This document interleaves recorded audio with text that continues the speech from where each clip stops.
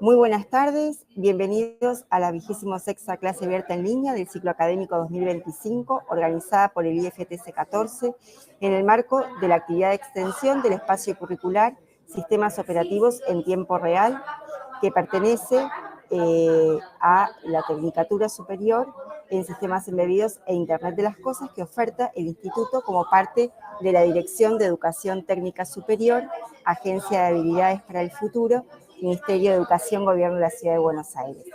Esta iniciativa de abrir la clase orienta a dos propósitos: la mejora de la práctica de enseñanza en términos de calidad y de pertinencia mediada por el uso de las nuevas tecnologías, y la difusión de producción de conocimiento técnico a la comunidad en su conjunto. Titulada Monitoreo del estado de carga en baterías de litio, desafíos y soluciones, la clase del ingeniero Hernán Gómez Molino expone la tecnología de baterías de litio y analiza las ventajas y desventajas. Recupera para ello desafíos del monitoreo de carga, explora soluciones industriales y propone una solución propia, que es un algoritmo a implementar en un sistema embebido. Para aquellos que nos sigan por el canal de YouTube, como así también para los estudiantes de otro espacio curricular, protocolo de Internet de las Cosas, que se suman a sistemas operativos en tiempo real, la clase del profe. Les voy a presentar brevemente, y cualquier cuestión pueden indagar en la trayectoria académica o profesional aquí con el experto Hernán Gómez Molino. Es ingeniero en electrónica, egresado de la Universidad Tecnológica Nacional. Asimismo, es especialista en sistemas embebidos por la Universidad Nacional de Buenos Aires. Actualmente se desempeña como ingeniero de desarrollo en el Centro Nacional de Desarrollo e Innovación Ferroviaria. Está con nosotros como docente desde el año pasado, y bueno, para nosotros es un lujo por su trayectoria, su formación, y porque es un docente que se sigue capacitando y que hace esta relación entre el mundo del trabajo, el mundo profesional y la enseñanza y la extensión de la enseñanza a la comunidad. Así que ese ida y vuelta y ese enriquecer el conocimiento en la enseñanza a través de la experiencia y del trayecto profesional enriquece la propuesta formativa de esta carrera, que va a ser este primer año que tenga sus graduados. Le voy a dar la palabra, así que muchas gracias, profe Hernán Gómez Molino, por tu generosidad. Le voy a dar la palabra a nuestro rector, el doctor Miguel Marcelo Canetti, para que presente esta clase, ¿sí? Y dé la bienvenida al docente, a los estudiantes y a la comunidad. Bueno, buenas noches. Gracias, gracias, ingeniero Gómez Molino, por esta disertación, y gracias también a los participantes por acompañarnos. Simplemente, bueno, además del agradecimiento, felicitar la generosidad de poder compartir estos contenidos, no solo con nuestros estudiantes, sino también con la comunidad toda. Así que, bueno, gracias y adelante. Bueno, muchas gracias, Marcelo y María Eugenia. Buenas tardes para todos. Bueno, cuando empezamos a hablar sobre la clase abierta, se me ocurrió buscar un tema, por ahí es un tema que no tiene una relevancia directa en mi materia en particular, pero sí me interesó que tuviera relevancia para la carrera, y también buscar algún tema que tuviera alguna relevancia o algún interés en la otra especialidad que tiene el instituto, que es la de eficiencia energética. Y sin duda que el camino por ahí era el de las baterías, ¿no? El de litio. Como sabemos, el litio es la tecnología reina absoluta hace ya unos cuantos años en cuanto a baterías para sistemas embebidos y baterías en general. Y bueno, hay toda una cuestión que se ha creado con el tema de cómo, de una característica en particular, que es la del monitoreo del estado de carga. Eso que le llaman, en la jerga le llaman fuel gauging, viene del inglés, del fuel gauge, que es el instrumento de cantidad de combustible de los autos o de los vehículos. hacer fuel gauging se le dice, o sea, saber cuánto combustible, que no es combustible, nos queda, ¿no? Eso tiene algunas complejidades y bueno, me pareció que era un buen tema para traer a la mesa y traer un poco también, hablar un poquito de hardware en la carrera, que por ahí es un aspecto en el que estaría bueno reforzar y bueno, me pareció bien encararlo por ahí. Para iniciar les tiro algunos datos del litio. El litio, para que vean la explosión, no la explosión que vivió, sino la que está viviendo todavía el litio. Estuve buscando datos industriales en Argentina y bueno, encontré en la fuente de la Cámara Minera de San Juan un documento que está muy bueno, ahí abajo les dejo el link, que se llama La Guía Completa del Litio. Lamentablemente está actualizada hasta 2020, no sé cada cuánto la actualizan, pero bueno, los datos están buenos y igual yo después agregué algo. En 2011 se explotaban en el mundo 125.000 toneladas de carbonato de litio equivalente, es la forma en que se mide. Cuando la explosión de las baterías de litio, no voy a decir más explosión porque suena feo que una batería explote, pero cuando estaba empezando, digamos, a surgir lo de las baterías de litio, en menos de una década, en 2020, esa cantidad pasó a ser 298.000 toneladas de carbonato de litio equivalente. O sea, pasó a ser más de 2 veces lo que era. Ahora, si ustedes se fijan, en el bloque de 2011 que yo les dibujé acá, está marcado el 23%, que era la cantidad que se utilizaba en ese momento de la explotación para baterías, y en 2020 respeté los mismos colores. Si ustedes se fijan, el bloque rojo, que es el que corresponde no a baterías de litio, sino al resto de la explotación, es prácticamente el mismo tamaño. O sea, el litio, esta era la explotación del litio antes de la existencia de las baterías, antes del boom de las baterías. Si bien la explotación creció un 150% más o menos de acá a acá, el crecimiento de la parte de baterías desde acá hasta 2020 es de casi 7 veces. Casi 7 veces, o sea, realmente es terrible. Al día de hoy yo estuve averiguando más números, no están tan claros porque no tengo una estadística tan clara como esta, pero más o menos se entiende que esto se desaceleró un poco, sigue en crecimiento, pero no a la velocidad que crecía, pero se espera que en 2030, por ejemplo, para que ustedes se den una idea en la parte de la curva que estamos, la explotación de litio sea el doble de lo que fue con la que se cerró el año pasado. O sea, de 2024 se va a duplicar para 2030. O sea que esta explosión del litio todavía está en pleno auge, digamos. Digamos que si esto se está llegando, no voy a hablar de la palabra meseta porque para nada es una meseta, pero digamos está desacelerando un poco, tiene que ver con razones más tecnológicas de la explotación que con el uso del litio en sí. Para darles un poquito más, también esto, digo dato de color porque por ahí no es tan ¿cómo se llama? Directo a la charla que les voy a dar, pero es un dato que me llamó la atención y que me parecía bueno compartirlo. Los 4 países con más producción de litio en el planeta producen el 94% de la producción mundial. En esos 4 países está Argentina, afortunadamente. Australia es digamos, el rey de esta tecnología, de esta explotación más que de la tecnología, que tiene el 48% del mercado mundial. Chile tiene el 22%. Nosotros, después viene China, tercero con 17, y Argentina con el 7. El resto de los países, todos combinados, aportan el 6% del mercado. Es increíble. De todas maneras, nuestras reservas, yo las estuve comparando. Por ejemplo, nosotros somos el segundo país con más reservas de litio en el mundo. Litio conocido, por supuesto, porque siempre pueden aparecer, digamos, minas nuevas que todavía se desconocen. Pero de las conocidas, el que tiene más en el mundo es Bolivia, con el 24,4% del litio conocido. Increíblemente, Bolivia no está en este gráfico, porque la explotación en Bolivia del litio es nula. Después venimos nosotros con el 22,4, muy cerca de Bolivia, o sea, prácticamente tenemos una cantidad casi como la de Bolivia, y recién viene Chile con el 11,2, aunque tienen una explotación más grande que nosotros en el momento, ¿no?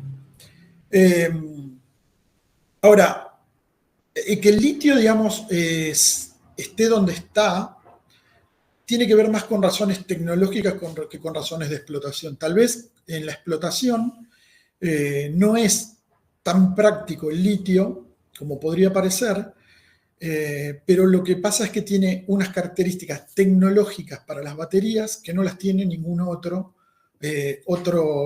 química. Las químicas, digamos, típicas de baterías están muy por debajo, con lo cual esto empuja a la producción de litio.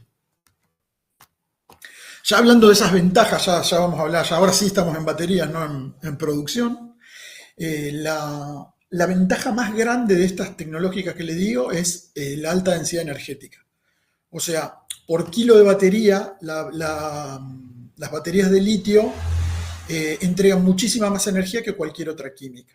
Para darles algunos números, el litio, cuando digo litio, hay varias tecnologías del litio. Ustedes saben que están las de litio-ion, las baterías de litio polímero con hierro y fósforo, o sea, existen unas cuantas cantidades. Hay, diría, 3 químicas que están en uso ya fuerte, y existen otras que no son tan conocidas, pero que se espera que también tengan su momento.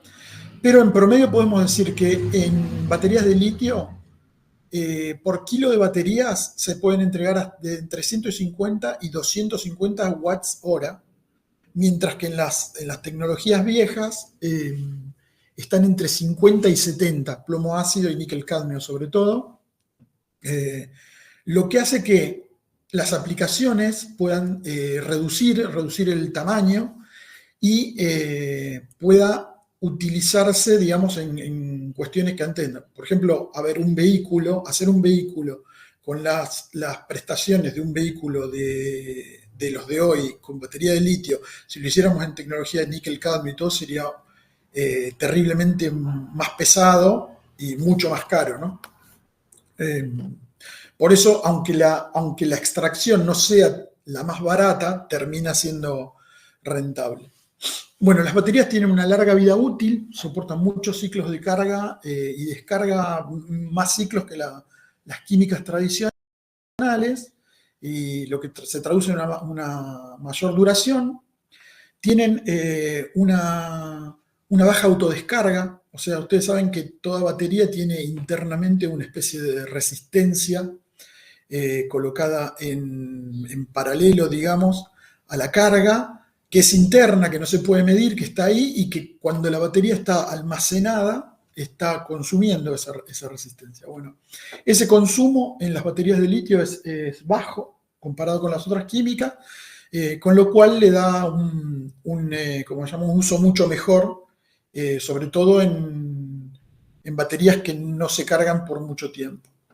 También tiene baja resistencia interna. Esta resistencia ya no es la resistencia en paralelo en los bornes, sino una resistencia en serie, que es a la que le atribuimos todos los efectos de calentamiento de la batería cuando la cargamos, ¿no? O sea, la corriente que está entregando esa batería también está pasando por esa resistencia interna, está produciendo efecto Joule ahí, y está, como se llama, calentando la batería, que es toda una pérdida energética, ¿no? También tienen buenos parámetros en ese sentido. También tiene sus desventajas.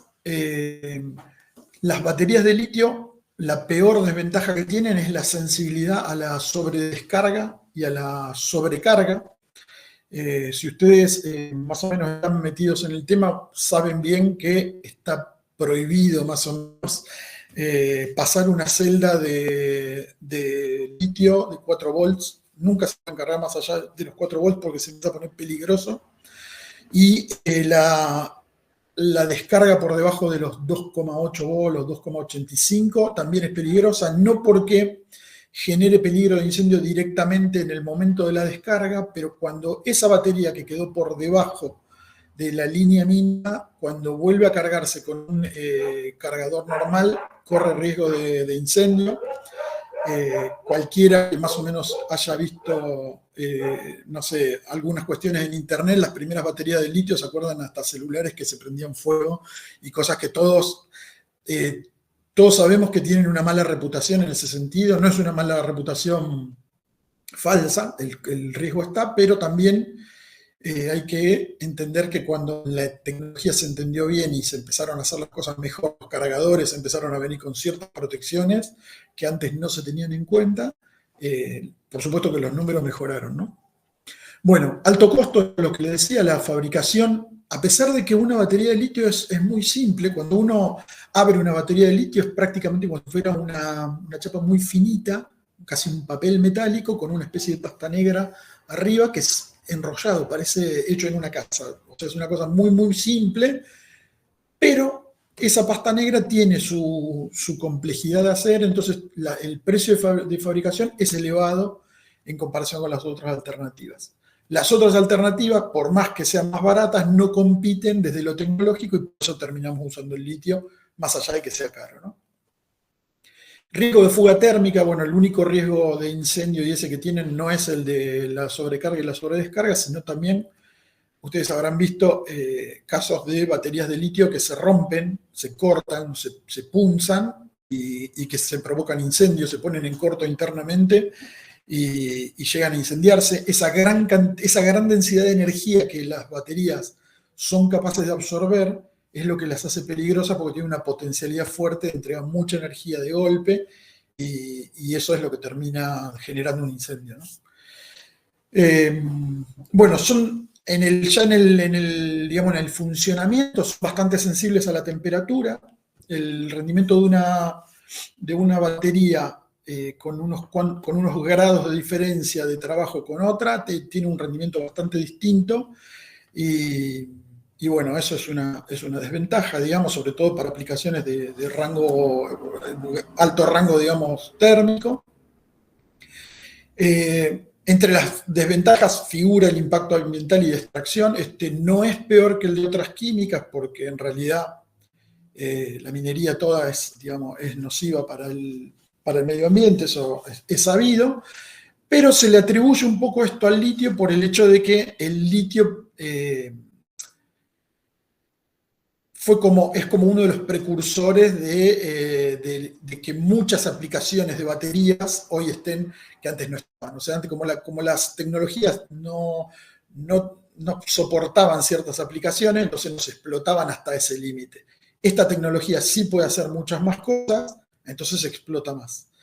No es peor que las demás, pero tiene su impacto.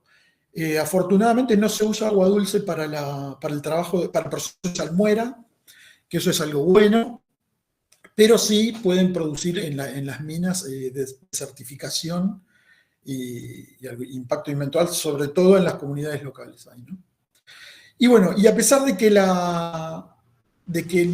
tienen un uso largo, como yo les decía, tienen longevidad, digamos, las baterías, eventualmente se agotan y dejan de servir, y bueno, el reciclaje es un reciclaje complejo también. Entonces ahí es una desventaja esa. Pero bueno, hablando ya más del fuel gauging, de la determinación del estado de carga, ¿qué es el fuel gauging? Fuel gauging es una tecnología que predice y reporta la capacidad de la batería bajo todas las condiciones operativas. ¿Esto para qué lo usamos? Lo usamos para hacer uso exhaustivo de la batería. O sea, nosotros la batería la cargamos y queremos que todo lo que tenga para entregar lo queremos consumir. Ese es el uso, digamos, óptimo de la batería porque si yo, por ejemplo, creo que me queda más batería de la que realmente me queda, voy a tener una sorpresa y voy a tener un apagado abrupto de un sistema que en algunos casos es un aparato que deja de funcionar y no es nada, pero en otros aparatos es mucho más serio y digamos, los sistemas embebidos de hoy hay muchos que son críticos. Les puedo poner por ejemplo un dron, por ejemplo, un dron que se queda sin batería abruptamente por estar mal calculado, es un dron que se destruyó. No hay, digamos, posibilidad de solucionarlo de otra manera, ¿no? Lo mismo que, sin tener ese impacto, un vehículo eléctrico, por ejemplo, un vehículo eléctrico que no alcanza el kilometraje calculado, puede ser un problema grave para un usuario, es un problema grande, quedarse a 50 kilómetros de donde uno iba, no es muy gracioso que digamos. Después, está también lo contrario. ¿Qué pasa si yo en ese sentido me pongo muy conservador con el cálculo? Por miedo a evitar esas situaciones, voy a terminar dejando un remanente de batería que no lo voy a usar solo porque no me animo a decir si todavía queda o no queda, digamos. Eso también es una ineficiencia que molesta y que habría que evitar, ¿no?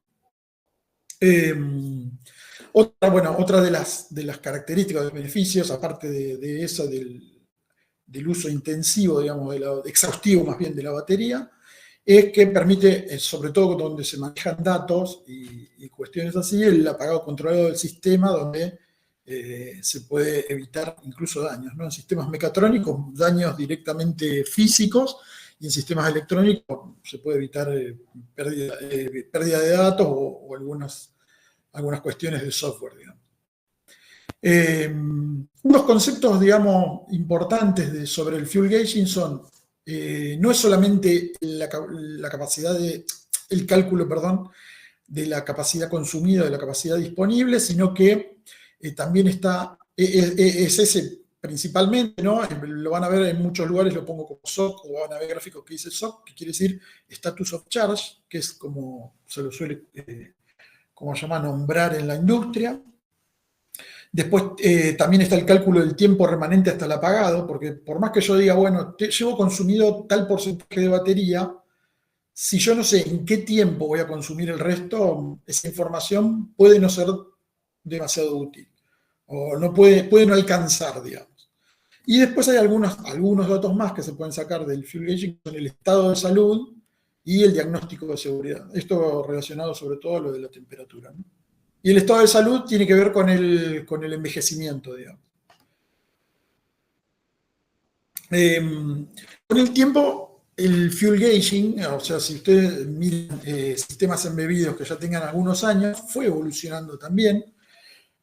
Nosotros, por ejemplo, los teléfonos, sin ir más lejos, antes nos conformábamos con cosas como esta que está dibujada acá, que era una batería con 4 segmentos o 5 segmentos que se iban apagando, y que la información de esto es bastante, digamos, burda, porque yo no sé si esto apagado cuánto es prendido.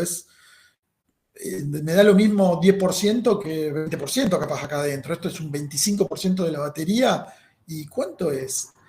A medida que los sistemas embebidos evolucionaron y el mismo litio participó de esa evolución, digamos, los sistemas embebidos se multiplicaron. Si ustedes se ponen a pensar, por ahí para la gente más grande esto, ¿no? Los chicos capaz que no tanto, pero si ustedes se ponen a pensar la cantidad de sistemas embebidos con las que uno interacciona en el día y la que interacciona hace 10 o 15 años atrás, esa cantidad explotó.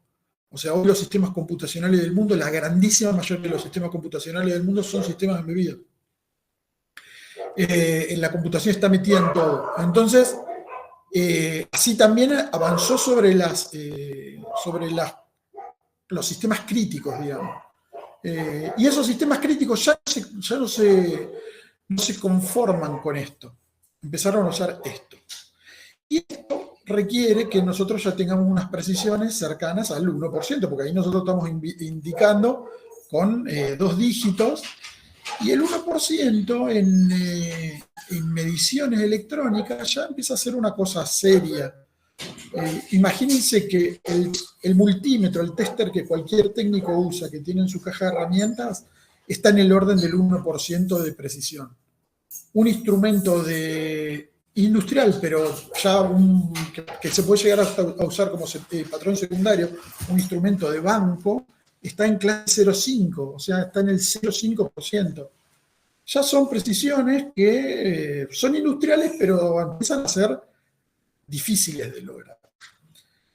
Esto hace que, y sumado a la mala reputación que ya traía el litio, que mucha gente crea que el litio que es muy difícil hacer fuel gauging en litio. En realidad no es más difícil que el plomo ácido, por ejemplo. Si ustedes estudian la complejidad de las baterías de plomo ácido, es más o menos parecida a la del litio, pero en la época que el plomo ácido era, nosotros poníamos directamente un voltímetro que nos decía cuánto y ya sabíamos que nos quedaba, no sé, a ojo, porque en realidad no lo sabíamos muy bien. No le dábamos la importancia que se le da hoy.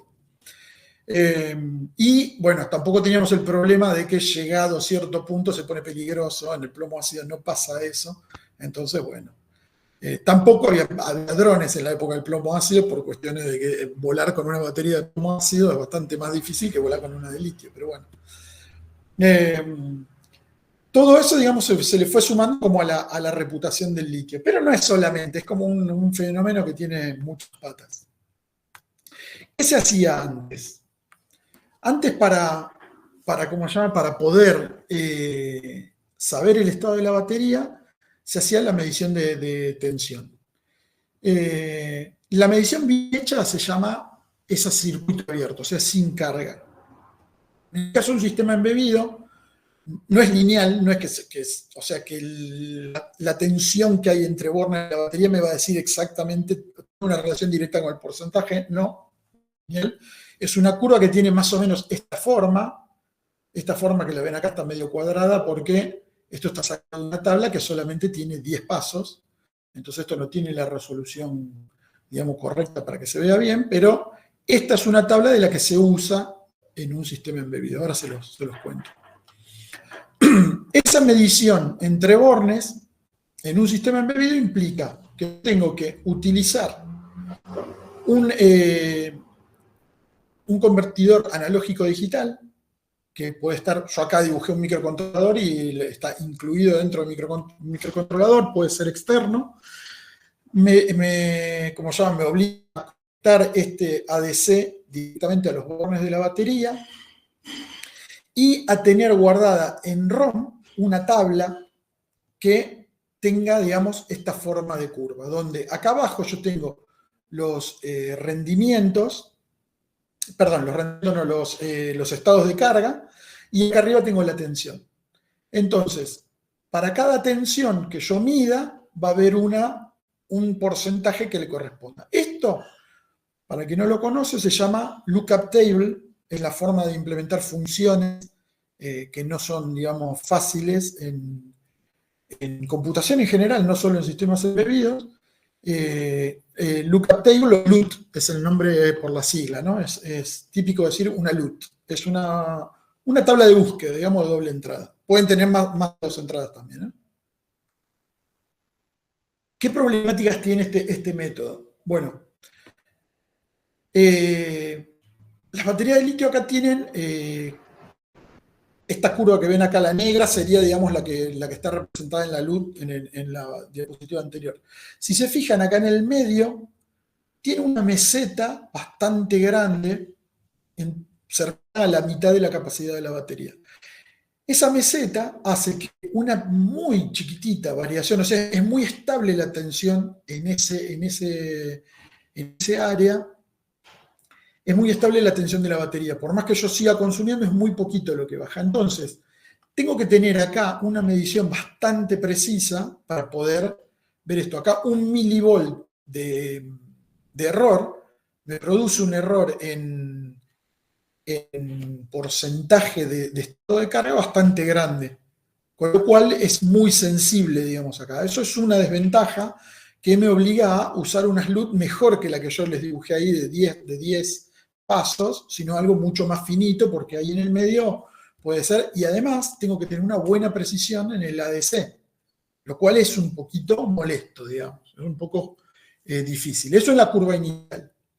Después hay otra cosa. Cuando yo estoy usando esta medición, yo la estoy haciendo a circuito abierto, o sea, no tiene ninguna carga. La batería no está corriendo corriente exterior entre los bornes. Entonces, ¿qué pasa?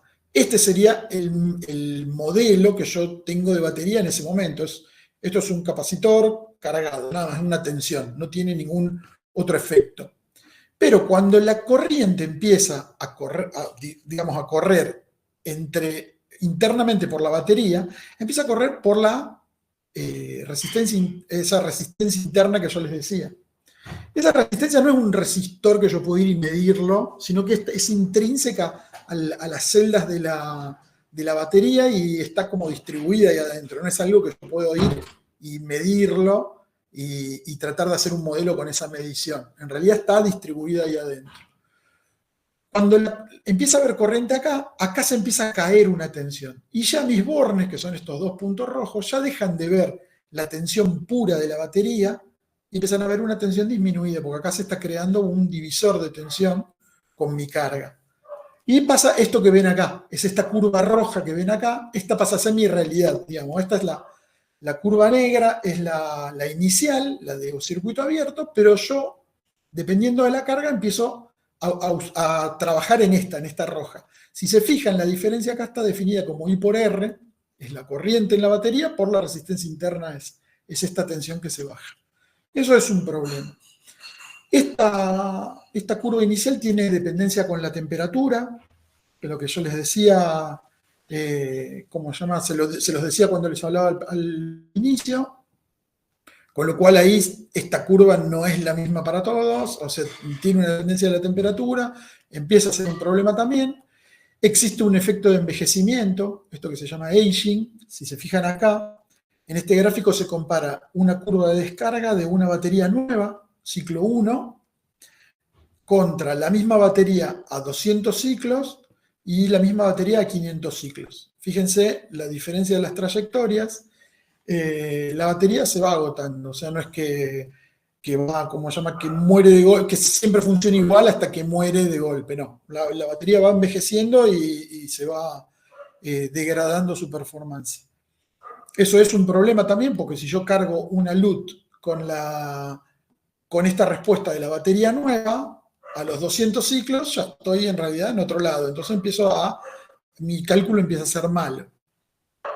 Otro problema que tienen, que es bastante fuerte, bastante molesto, es el estado de relajación, se le dice esto. Este modelo que yo no es que lo hice yo, ¿no? O sea, yo esto lo saqué de gente que estudió esto. Este modelo es un modelo muy simple y está bueno para cuando empezamos a tener corrientes fuertes, pero la verdad es que si yo quisiera modelar realmente una batería, el modelo es mucho más complejo, tiene un montón de capacitores y tiene un montón de resistencias, que hace que tenga un montón de constantes de tiempo. O sea, tiene un montón de comportamientos transitorios. Cuando yo descargo abruptamente o cargo abruptamente o cambio la condición, digamos, de manera abrupta, le toma a la batería un montón de tiempo acomodarse. Acá, por ejemplo, acá hay una curva que muestra eso. Por ejemplo, esta batería está en descarga. Esta es una descarga fuerte. Es una descarga que debe estar en el orden de la mitad de la capacidad nominal de la batería. O sea, supongamos que es una batería de 7 amperios. Esta es una descarga de 3 amperios y medio instantáneos, ¿no? Se la está descargando de este modo hasta llegar acá a los 1400, digamos, segundos, y ahí se deja descargar. Se la pone a circuito abierto. La tensión se sigue midiendo, empieza a recuperarse. Esto es tensión a lazo abierto, digamos, es OCB. Esto se empieza a recuperar, pero fíjense lo que tarda en recuperarse. De 1400 a 3500, arriba de 2000. Estos son segundos, 2000 segundos. Esto es de una celda real. O sea que el tiempo ese en que la medición de OCB no me sirve es muy largo. Eso es un problemón para este método. Este método de por sí solo no sirve para hacer esto. Tampoco serviría en otras químicas, ¿no? No es propio del litio, pero bueno. El otro método tradicional es el Coulomb Counting, CC, cuenta de coulombs. Esto es, si yo... primero vamos a un coulomb. Un coulomb es una unidad de carga, ¿no?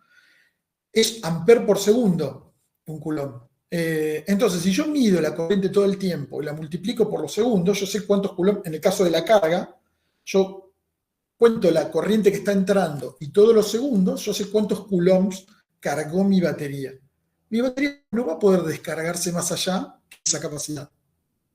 Eso es un razonamiento, digamos, bastante robusto, pero también tiene sus problemas. Requiere, por supuesto, la utilización de un sensor de corriente, que, digamos, en un sistema embebido me requeriría poner un sensor de corriente, un hardware adicional, y, como se llama, y estar midiendo constantemente. Como sabemos, en sistemas embebidos nosotros no podemos hacer nada constantemente.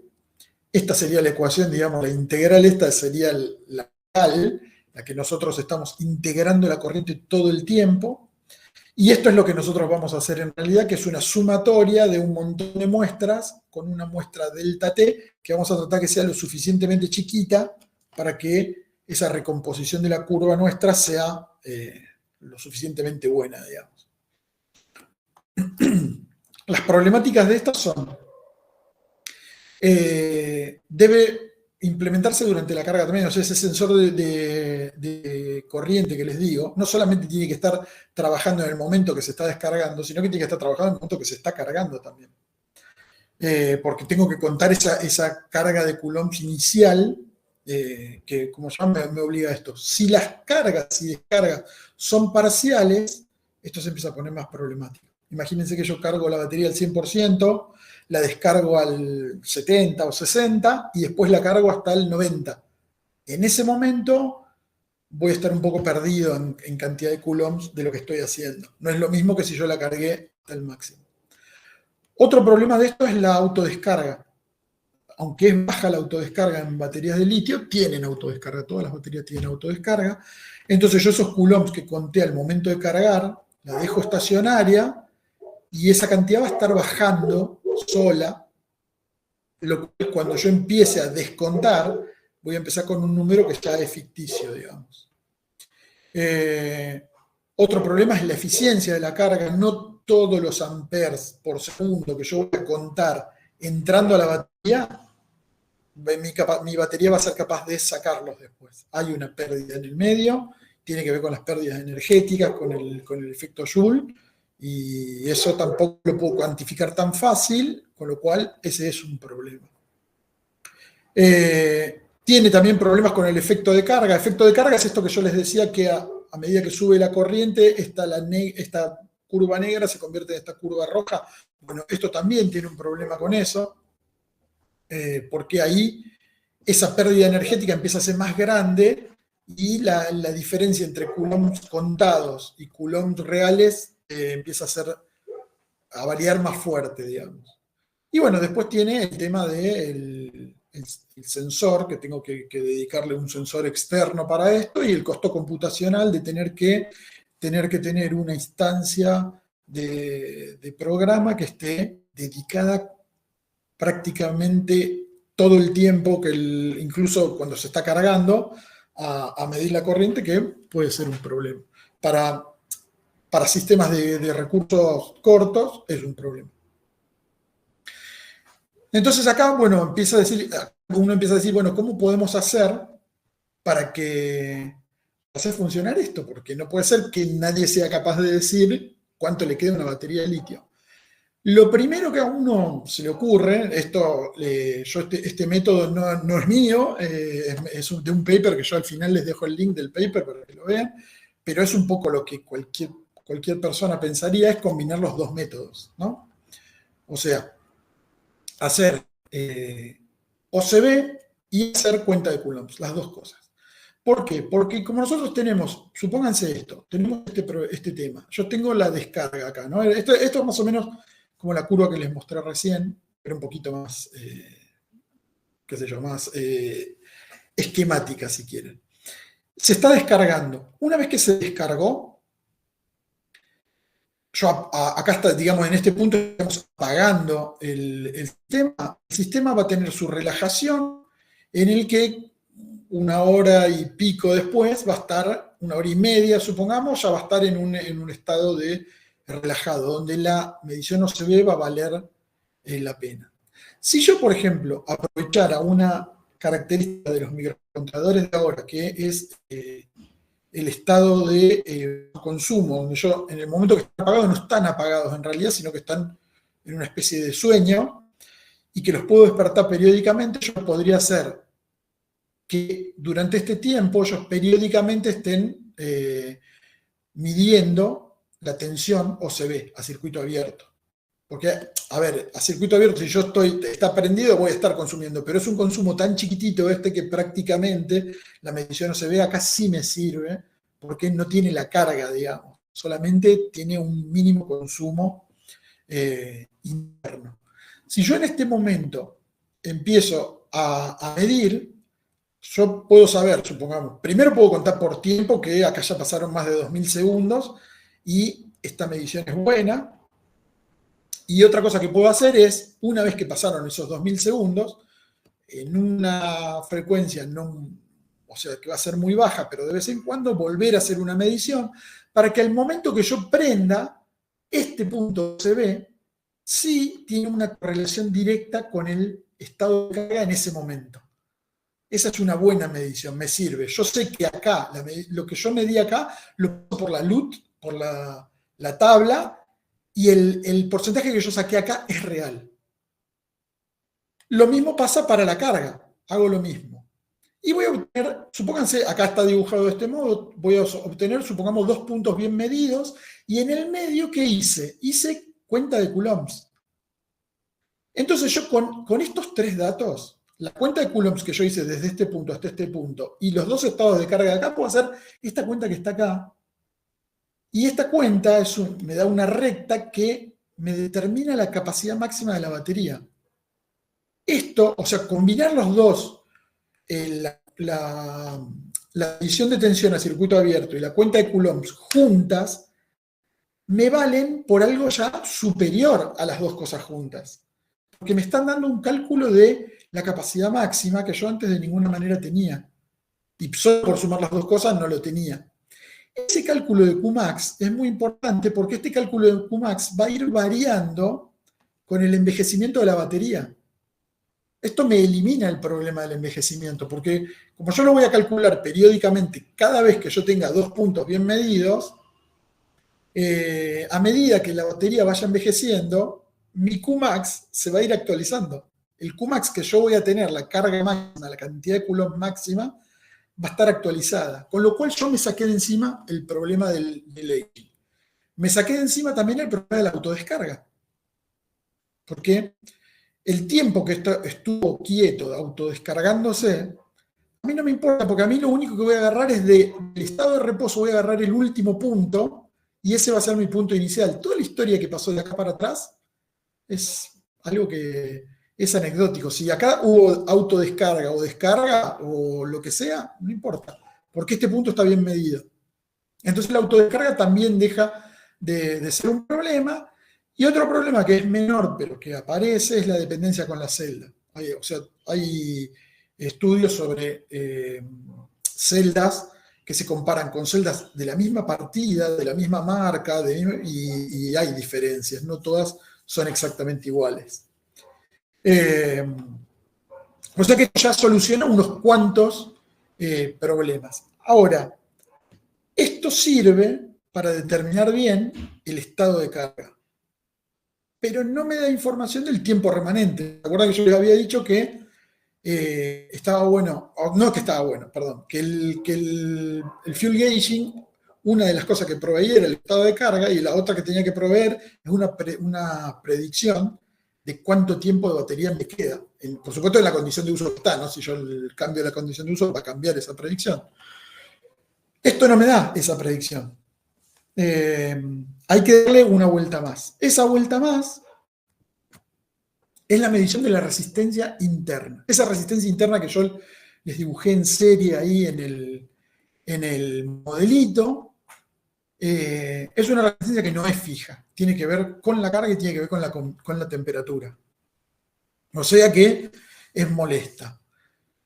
Lo que se puede hacer es, con el sensor de corriente que yo ya tengo y con el ADC conectado a los bornes que yo ya tengo, de los 2 métodos que combiné, esa corriente por esa tensión me va a dar esa tensión dividida dividida esa corriente, me va a dar la resistencia interna. La resistencia interna en el momento, digamos. La resistencia interna tiene el mismo problema o esa medición, más bien, no la resistencia interna, tiene el mismo problema que tiene la OCB, tiene el problema de la relajación. Pero no es imposible hacer una cosa de este tipo. Por ejemplo, cuando yo espero que esto caiga en una banda, no es difícil hacer un algoritmo que se dé cuenta cuando está fuera de relajación. Esto es la medición de tensión y esta es la medición de corriente, como para eliminar las mediciones que no me sirven. Casi del mismo modo que les decía recién en la OCB. Si yo hago eso, puedo construir otra LUT que es para la resistencia interna en función de la corriente. Y ahí me permite conocer la diferencia de altura que hay entre esa curva negra y la curva roja. Con eso ya prácticamente estoy haciendo una predicción buena. Fíjense, esto por ejemplo, es un gráfico de un método que se usa para descartar las muestras malas, y esta es los datos medidos, como se ve acá. Todas las veces que el circuito se prende y se apaga tienen esta distorsión que es propia de la no relajación, y descartándolas queda esta predicción. Si ustedes se fijan, la predicción tiene la forma muy ¿cómo se llama? De la curva de la descarga. Incluso esto arranca en un estado no relajado. Si ven esta línea azul que se ve acá, es un estado no relajado. Todos los estados relajados son los que se descartaron, digamos. Pero hace una buena predicción. Acá les pongo un ejemplo de cómo sería, como para que vean que todo cierra, digamos, que esto cierra.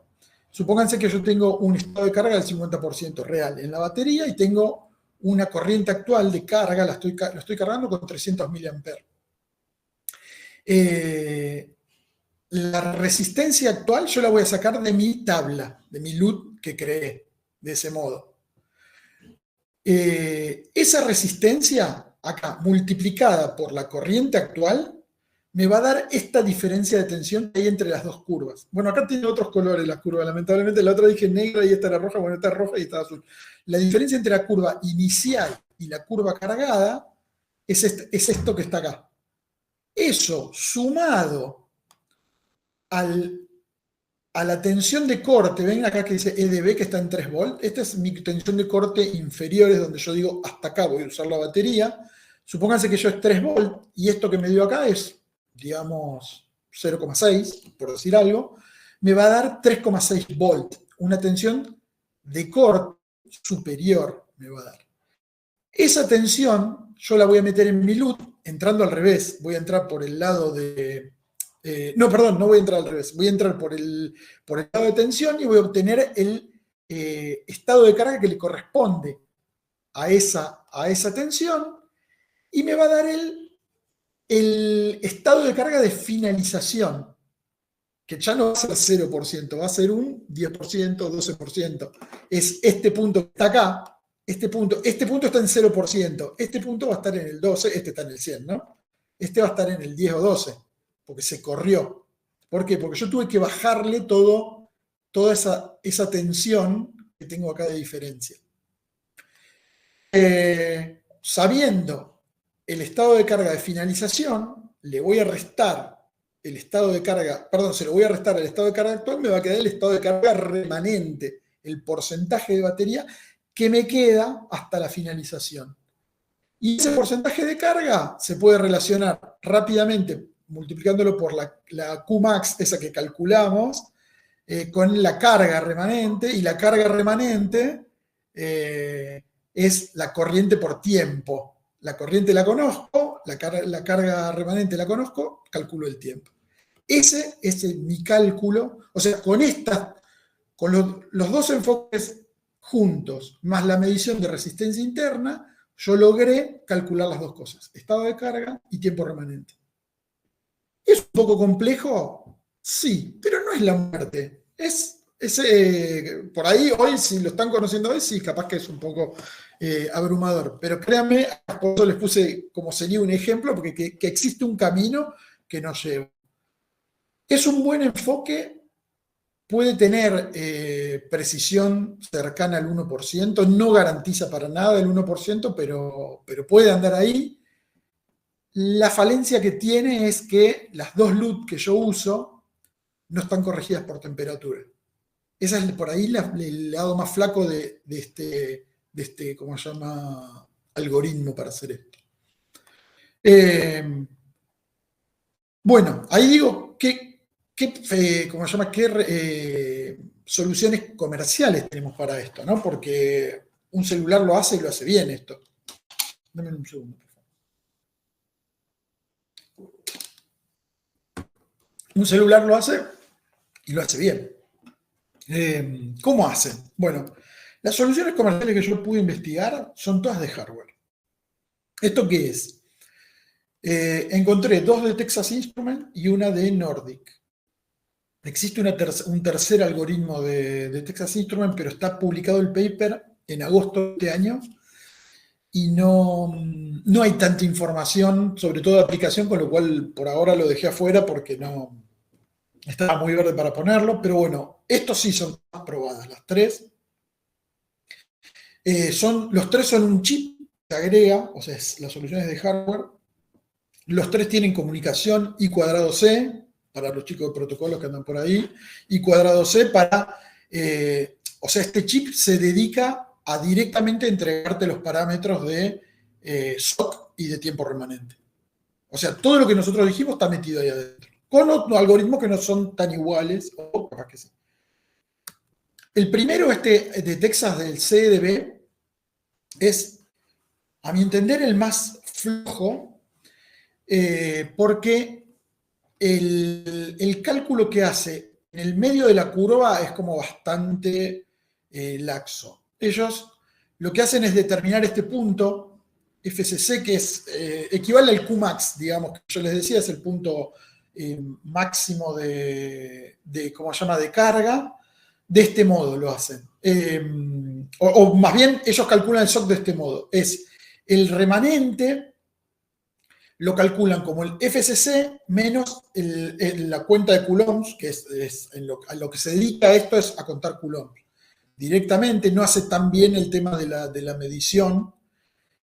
Y este FCC hacen un cálculo que está basado, es muy empírico, que es esto. Ellos detectan este punto, el punto del 7% y el punto del 3%, porque ya en el 0% no lo pueden aprender porque ya la batería se apaga, digamos, el sistema se apaga. Tratan de identificar estos dos puntos y tienen una ecuación no muy conocida de cómo ellos, estimando con la carga lo que pasó acá en el medio, ellos hacen una estimación de lo que pasa acá. ¿Es bueno? Sí, es bueno para tiempo remanente. No tan bueno para SOC, sobre todo en esta área de la curva. Al inicio puede ser medio... Pero tampoco hay que ver si la aplicación no importa mucho la precisión en esta parte. Es un método barato y más bien fácil de implementar. No tiene tanta vuelta. El otro, de Texas Instruments, Impedance Track, se parece excesivamente a lo que yo les conté, con una mejora. Y acá les cuento una cosa. La persona, o sea, el paper que yo leí sobre el algoritmo que yo les pasé, lo escribió un tipo que se llama Barsukov, de apellido, que es un ruso, creo, que escribió ese paper y al poco tiempo escribió más papers en nombre de Texas Instruments. O sea que esa primera edición que hizo el tipo, la hizo por su cuenta, pero después empezó a trabajar en Texas Instruments. Así que fíjense lo que usa Texas Instruments acá. Usa tablas de la química, dice acá, tienen una tabla que es una LUT, que es OCB, o sea, la tensión a circuito abierto, en función de DOD. DOD es Deep of Discharge, es como lo contrario del SOC. Si mi SOC, mi estatus de carga está en 80%, el DOD es 20%, digamos, es el complementario, es la descarga de esto. Y temperatura, o sea, tiene una tabla en función del SOC y de la temperatura. Una LUT. Ya la LUT de ellos no es de 2 dimensiones, sino que es de 3 dimensiones. Tiene temperatura. Y una LUT de resistencia interna en función de SOC y de temperatura. Básicamente esto corrige lo que yo les decía en el anterior. Yo decía, está bueno, pero no corrige por temperatura. Acá tienen las dos correcciones por temperatura. Después, ¿qué hace? Calcula Qmax con la carga que pasó entre dos puntos conocidos, exactamente igual, y hace un aprendizaje de la impedancia interna o la resistencia interna durante la descarga con esta cuentita que es exactamente lo mismo que yo les decía. O sea, hasta acá es el mismo algoritmo, pero con la corrección de temperatura. Ya eso es mejor. Y una cosa que hace distinta es, para calcular, no hace toda esa cuenta que yo les mostré para calcular el tiempo, digamos, de descarga total, el tiempo remanente, sino que hace simulaciones. El chip internamente mantiene esa corriente y empieza a generar puntos ficticios y ve con la LUT a dónde se caería. Y así genera el tiempo. Esto en sí, no sé si es ventajoso. Es distinto, digamos. No sé si es ventajoso. Lo que sí es ventajoso es las tablas corregidas por temperatura. Eso sí. A mi entender, este es muy bueno, porque me parece el mejor de los mundos. Es un poco engorroso de implementar. Para implementarlo nos piden todos estos, ¿cómo se llama?, parámetros que nosotros tenemos que conocer de la batería, lo cual es un poco, a veces no están todos, y nos piden hacer este procedimiento que requiere una cantidad de cargas y descargas con, ¿cómo se llama?, con corrientes de descarga constantes, conocidas. El que está en el tema sabe que hacer eso no es tan fácil. Se hace con cargas electrónicas, son cargas controladas, porque a medida que yo empiezo a descargar la batería y cae la tensión, si mi carga fija, varía la corriente también. Entonces tengo que tener una carga activa, no es tan fácil de implementar. Esto es, digamos, el punto feo, si queremos, de esto, pero es bueno. El costo se paga implementando, que es difícil. Y bueno, y la solución de Nordic, que es muy cerrada. Nordic propone hacer esto. Tienen en el chip este que se llama PMIC. Estos PMIC no son solamente fuel gauging. Esto hace más cosas. Esto es un Power Management Integrated Circuit, o sea, es un circuito integrado dedicado al manejo de la potencia.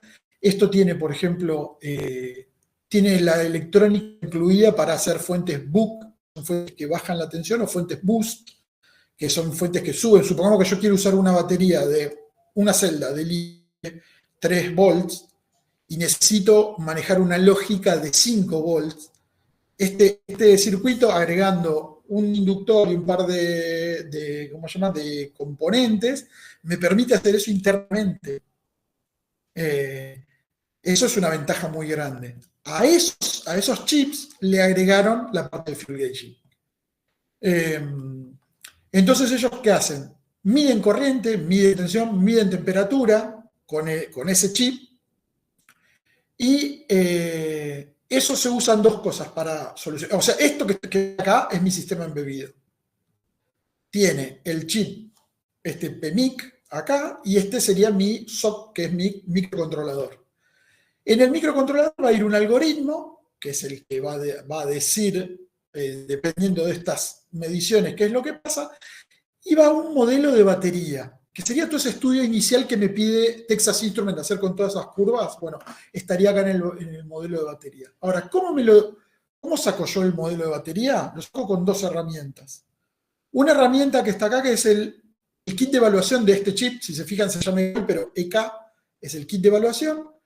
Y otra más que se llama Fuel Gauge Board, que esta es la carga, esa que le digo, la carga electrónica. Bueno, lo que voy a hacer primero es conectar mi batería a este kit de evaluación con esta carga electrónica, me bajo esta aplicación que se llama NPM Power, hago todos estos pasos que me dice la aplicación. O sea, es más o menos lo mismo que hace Instrument, solo que es más sistematizado y más fácil. Es más cara la herramienta, me da la facilidad de no tener que hacer todas esas curvas que ustedes ven ahí.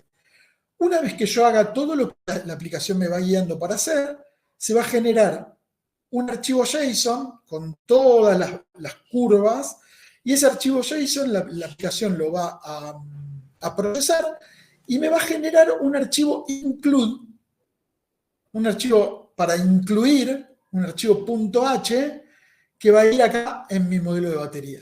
O sea, solamente voy a tener que usar este algoritmo de biblioteca que me provee Nordic en este caso, y voy a tener que usar mi archivo de modelo que lo generé con estas herramientas. Todo esto no va al sistema embebido. Esto se hace una sola vez, se sale, se coloca acá dentro ese programa y me olvidé. Queda acá. Es una forma menos dolorosa de implementar. Las herramientas son un poquito más caras. Piensen que todas estas herramientas están pensadas para producción. Nosotros no tenemos una visión tanto de producción, sino muy por ahí de prototipo. Pero cuando uno va a hacer producción, capaz que ellos hacen, supongamos, lo que yo haría, por ejemplo, agarraría un lote de baterías, haría esto, y capaz que haría un promedio para saber ese modelo, que me quede un modelo promediado, y listo, y ya está, es lo que se pone en toda la producción. Bueno, para ir finalizando, acá les hice una comparación comparación de la información que yo leí, ¿no? El estudio lindo de esto sería conseguir un chip de cada una de estas tecnologías, implementar un sistema embebido que sea solo para hacer el ensayo con una carga electrónica y implementar también el algoritmo propio y hacer una comparación de performance de los cuatro. Eso sería lo ideal. Estaría buenísimo, sería un lindo proyecto incluso para el instituto hacerlo. Pero bueno. Hago una paréntesis, perdón, profe. Sí. Ya que dijiste este proyecto, lo tomamos. Sí, habría que averiguar cómo conseguirlos y eso, y es una cosa de estudio, pero un estudio que sería muy lindo hacer. Bueno, te tomo la palabra, vamos pensando cómo. Bueno, y acá ¿qué hice? Los comparé. Primero el tipo de solución. Hay que son un circuito integrado dedicado al indicador de combustible, digamos, el fuel gauging. Este es integrado al PMIC y esto es integrado en el firmware, ese es el tipo, ¿no? Después yo los comparé en precisión, en aprendizaje de envejecimiento, digamos, cómo van adaptándose a ese envejecimiento de la batería, consumo de energía, que puede ser, no en todos los casos, pero puede ser en casos que sea importante, el costo o el impacto que tiene en la BOM. La BOM es la Bill of Materials, la lista de materiales de un proyecto. Sobre todo en producción esto se lleva muy cortito porque cada cosa que yo agrego acá, yo agrego un peso en la BOM, es un peso que se agrega por la cantidad que yo estoy produciendo. Si estoy produciendo 1 millón de placas, es 1 millón de pesos. Entonces, esto siempre se lleva corto. El espacio en PCB, el costo computacional, o sea, lo que me requiere ocupar mis recursos computacionales, y una aplicación ideal. Acá más o menos se los marqué con color para que vean lo mejorcito. En precisión, lo mejor es el Impedance Track, es el segundo que les mostré de Texas. Tiene buen aprendizaje del envejecimiento, y tiene costo computacional bajo, porque es un hardware aparte, lo mismo que el CDB. El CDB es el peorcito, si lo ven, este color más anaranjadito es el peorcito de todos, y este otro es el intermedio. Todos tienen su bondad y todos tienen su desventaja. Por ahí yo acá les puse la aplicación ideal, fíjense, la máxima precisión para batería de alta potencia o perfil de carga completo, si va a variar mucho en temperatura, si va a ser muy dinámico, laptop, drones, esas cosas, acá.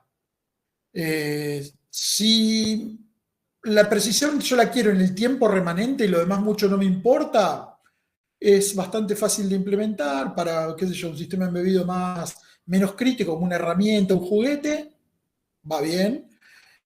El de Nordic, lo mismo que en toda la línea de Nordic, es especialista en bajo consumo. Si ustedes tienen que hacer una aplicación que utilice esto, de esa que va a estar en el medio de la nada y que tiene que estar 2 años con la misma batería, no tengan duda que van a terminar decidiéndose por esto, porque los consumos son especialistas en eso. Y el algoritmo propio, si es para prototipos obviamente es útil, porque uno lo hace, digamos, mientras implementa. Y si es una aplicación con bajo rango dinámico de temperatura, o sea, imagínense un sistema embebido que está en un ambiente donde, no sé, viven humanos, que un ambiente donde vive el humano nunca tiene una variación de temperatura súper grande, porque el humano o pone la calefacción o pone el aire acondicionado, el rango ese es chico, puede funcionar, puede servir. Y si no estoy interesado en, no sé, en menos del 1% de precisión, puede servir. Ya les dije, este que es el mejor está basado en este. Es este con una mejor, porque el tipo es el mismo que escribió los dos papers, así que claramente sirve y es bueno. Bueno, más o menos por acá. Acá les dejo la información. En esta está la página de Texas, donde están todos. Está incluso el que no les mostré. El Dynamic también figura acá. Acá están los chips de Nordic. Esta es una página que tiene el paper de Shevgen Barsukov, que yo les nombraba, que es, digamos, el que hizo este algoritmo. Y acá les agregué una que me parece muy interesante, que tiene muchísima información sobre baterías, todo como notas técnicas. Siempre que tengo que trabajar algo de baterías, termino consultando esta página, la puse ahí porque me parece que para aquel que le interesa la temática es una muy buena página. Y bueno, acá les dejo mi contacto por si alguno tiene algo más. Mañana se les ocurre algo y que les quedó por preguntar o algo. Hasta acá mi presentación. Excelente, profe. Abrimos, si te parece, algunas preguntas o comentarios. Damián, los estudiantes que están presentes. Abrimos preguntas, comentarios, el espacio, si te parece. Perfecto, sí, no hay problema. Gracias, excelente. Ahí. Nico Nacarato, cedo la palabra. Hola, buenas. Bueno, muy buena la clase. Consulta, no sé si tendrá mucho que ver, con respecto a lo que son las baterías de litio. A veces, bueno, se hinchan o se descartan porque ya no sirven. ¿Algún lugar específico para descartarlas o qué hacer con una batería hinchada? Ay, la verdad que es una pregunta para la que no me preparé, me debería haber preparado. No, la verdad que no sé, pero bueno, me parece que voy a tratar de averiguarlo. Es una pregunta muy buena. El reciclaje de litio, ya te digo, es un poquito más complicado que el reciclaje de otras baterías, así que no sé si se pueden entregar incluso en los lugares que uno entrega pilas generalmente, pero la verdad que no, te la debo esa, Nico. La voy a averiguar y voy a tratar de mandarla porque me parece una muy buena pregunta. Dale, perfecto. Muchas gracias.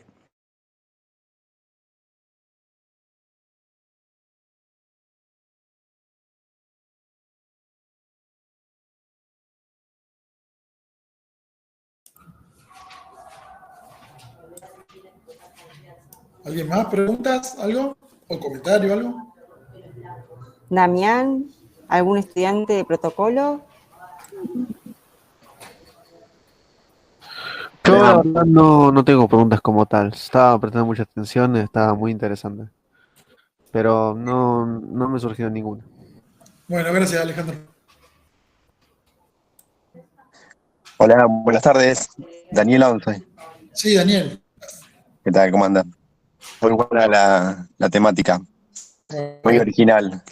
¿Sabes que el de Nordic, por ejemplo, para algo que consume muy poquito, más o menos 20 mA cuando transmite una vez cada hora, no sé, son 30, 50 milisegundos nada más, ¿servirá?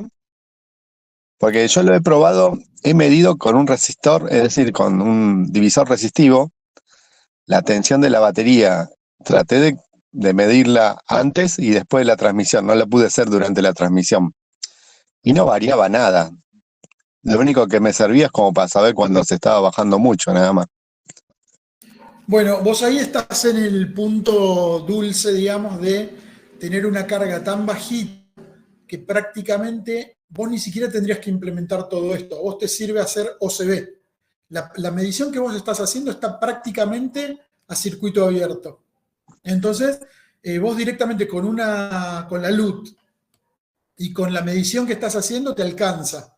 Lo único que yo te recomiendo que te fijes bien el tema del divisor resistivo, porque el divisor resistivo está consumiendo, mientras vos no lo medís, está consumiendo también. Si vos tenés, a ver, un consumo tan chiquitito para hacer tu transmisión, es una picardía que estés todo el tiempo conectando el puente ese que está consumiendo. Si lo haces, de todas maneras, si no te queda opción, pensá que el No divisor... estaba directo, estaba con un transistorcito, un FET chiquitito. Ah, ok, bueno, está perfecto. En el caso que Lo mismo ponele, que la transmisión era solamente también un transistorcito y también, bueno, se apagaba cuando no era un módulo, era un transistor y una bobinita impresa y un trimmer, es decir, era de un control remoto, era muy sencillo y la idea era saber y que transmita una cosa diferente cuando se iba quedando sin batería. sí, en ese caso sí te sirve solamente OCB. Y en el caso de ponerle que no pudieras poner el segundo transistor para apagar el divisor, lo que puedes hacer es poner un divisor de decenas o sea, de megohms. No megón, perdón. Pero una resistencia muy alta en el divisor. Total, a vos lo que te Claro, importa en el divisor es la relación para que sea proporcional. Y cuando vos lo hagas muy alto, ese consumo pasivo va a ser muy bajito y bueno, lo vas a llevar al punto en que no te va a molestar, digamos. claro. Pero bueno, en tu caso, no, digamos, no hace falta hacer todo este algoritmo porque el OCB te está sirviendo a vos. Es que siempre medíamos lo mismo, antes y después. Claro, Durante nunca lo pude hacer, porque no sabía hacer claro, dos cosas a la vez. claro. No, es prácticamente como que si tu batería se estuviera descargando sola, no está cargada, digamos. Claro. Entonces el Nordic no vale la pena ponerlo en algo así. No, en ese no. O sea, si fuera algo más complejo y vos necesitas achicar mucho, sí, anda por el Nordic. Ya te digo, tenés que tener las dos herramientas esas, que bueno, ahí sí hay unos mangos. No es nada del otro mundo tampoco, pero sale unos pesos. Digamos. En sí, en relación al chip, los chips están en el orden de los $3, de $1 a $4, te diría. No es grande para un sistema embebido, si vos vas a producir, depende del costo de tu sistema embebido, y las herramientas, las de Nordic, están ahí, capaz que se te va un poquito más a unos cientos de dólares, poner $200 a $300 en las herramientas. Si vos vas a producir, qué sé yo, un sistema embebido que sale bastante, es una inversión chica si te pones a pensarlo. Pero bueno, qué sé yo, para prototipar por ahí importa un poco, digamos. Sí, esto no era muy caro y ya no estoy en esa empresa, pero era te tiraba la consulta, sí. Buenísimo, Daniel. Gracias.